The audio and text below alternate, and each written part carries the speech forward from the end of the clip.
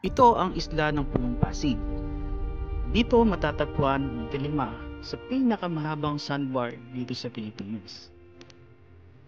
Ito ay located sa bayan ng Calauag dito sa probinsya ng Quezon.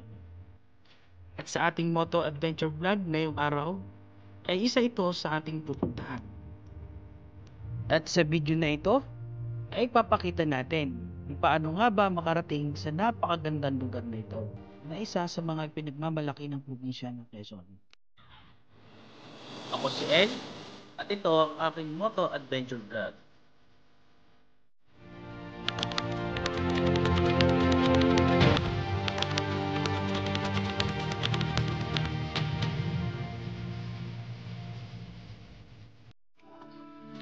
Morning everyone, take off na tayo. Okay, let's go, let's go.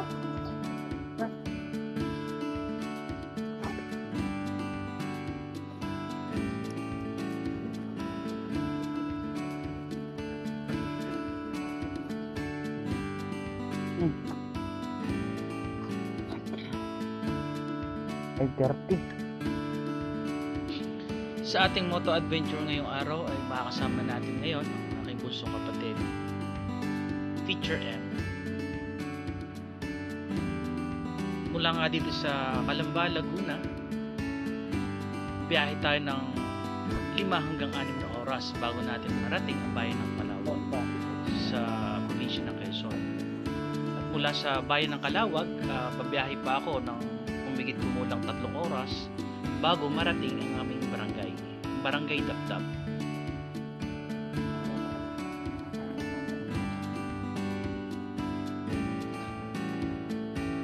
Tatahalin tayo ng doon pala, ito eh. 7-12. Abot naman yan, hapon nalakad ng pala.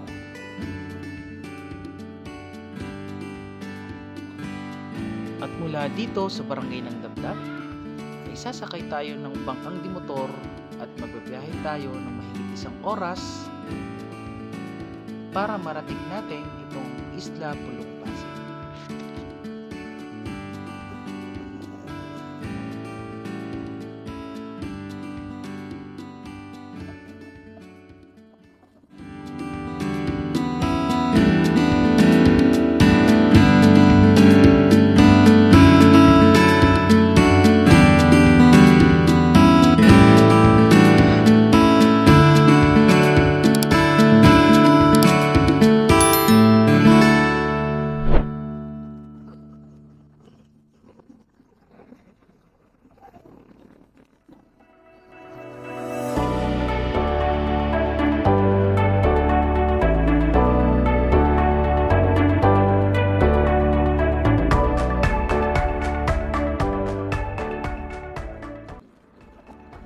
Welcome sa probinsya ng Quezon.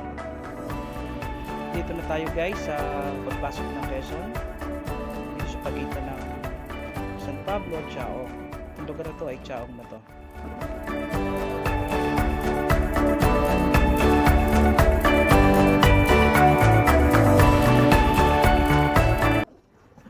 Dito sa kaliwa, ito yung bypass road ng Chaong to Candelaria.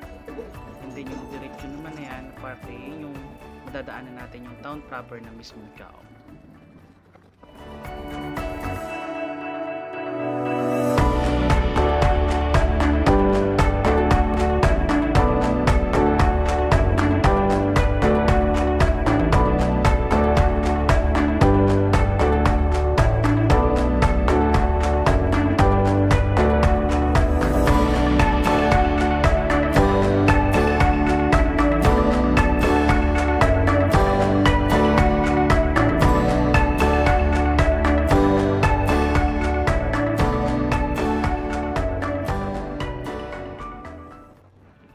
Welcome to Lucena City.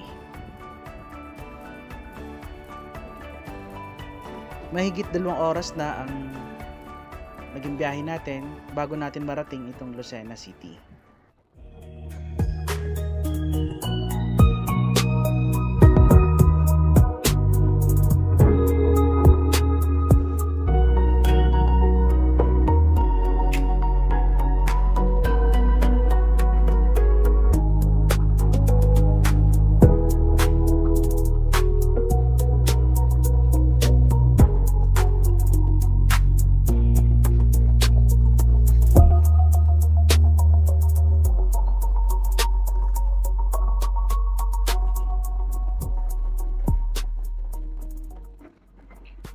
Welcome to Pagbilao, Quezon.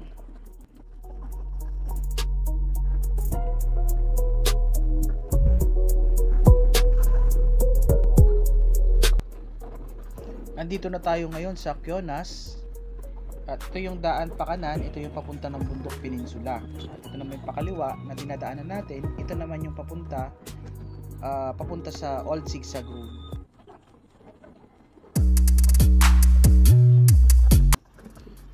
Andito na tayo ngayon sa paanan ng Old Zigzag Road.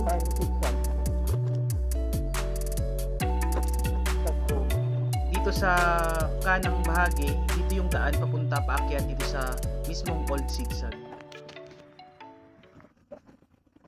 Ano, gusto mo bang kumain? O ano? Saan? Magkape ha? Nakumusog pa naman ako, pero pwede akong magkape. Ano? May sabaw? Ano, go to mami oh. May sabaw na gano'n. Hey guys, take off na kami. Ulit.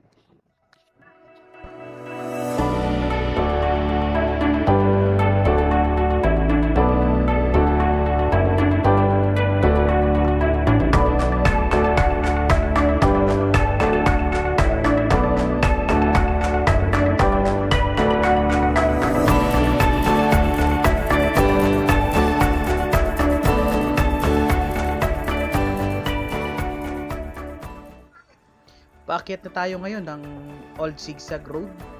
At sa may bandang taas ay titigil tayo upang magbalipad ng drone at kumuha ng aerial shot.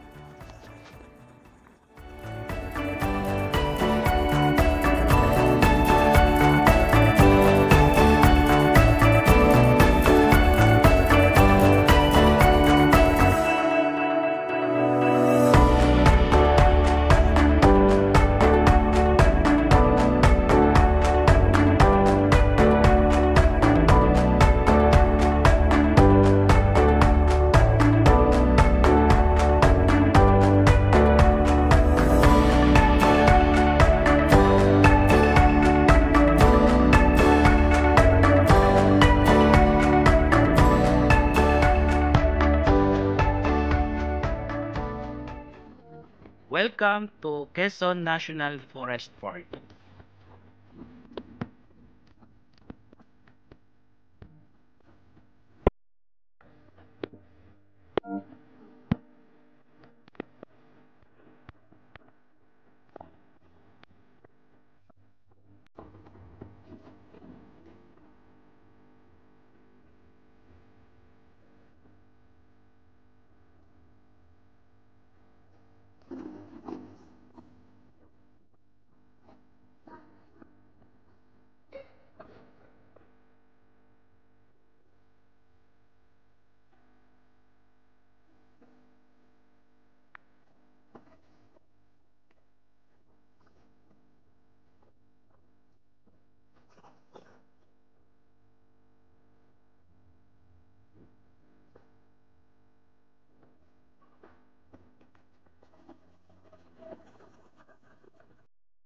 Ito ang Old Zigzag Road dito sa Atimunan, Quezon, o kilala sa tawag na Bitokang Manok.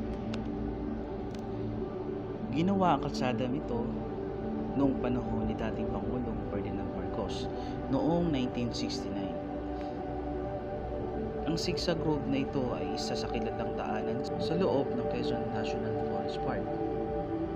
Matatagpuan ito sa munisipalidad ng Atimunan, Pagbilao, Padre Burgos. Ang Atimunan Old Zigzag Road ay ginawa upang magsilbing gateway sa pagitan ng hilagang bahagi ng Quezon at ng timog ng Pilipinas. Tinatawag ng mga lokal na kalsadang ito Bitokang Manok. Ang dahilan sa likod ng pangalang ito ay naghihimo dahil naniniwala ang mga lokal na ang kalsadang ito ay katulad ng istruktura sa Bitokang Manok. Sa kabila ng kagandahan ng lugar na ito, may ilang motorista ang iniiwasan dumaan dito lalo na sa gabi.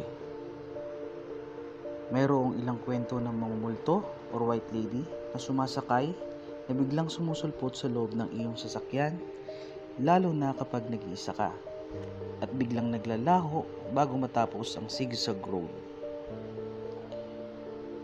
Ang iba pang kwento ay nagsasabi tungkol sa isang lumulutang na white lady na biglang tumatawid sa kalye at bigla ding naglalaho sa isang madilim na lugar.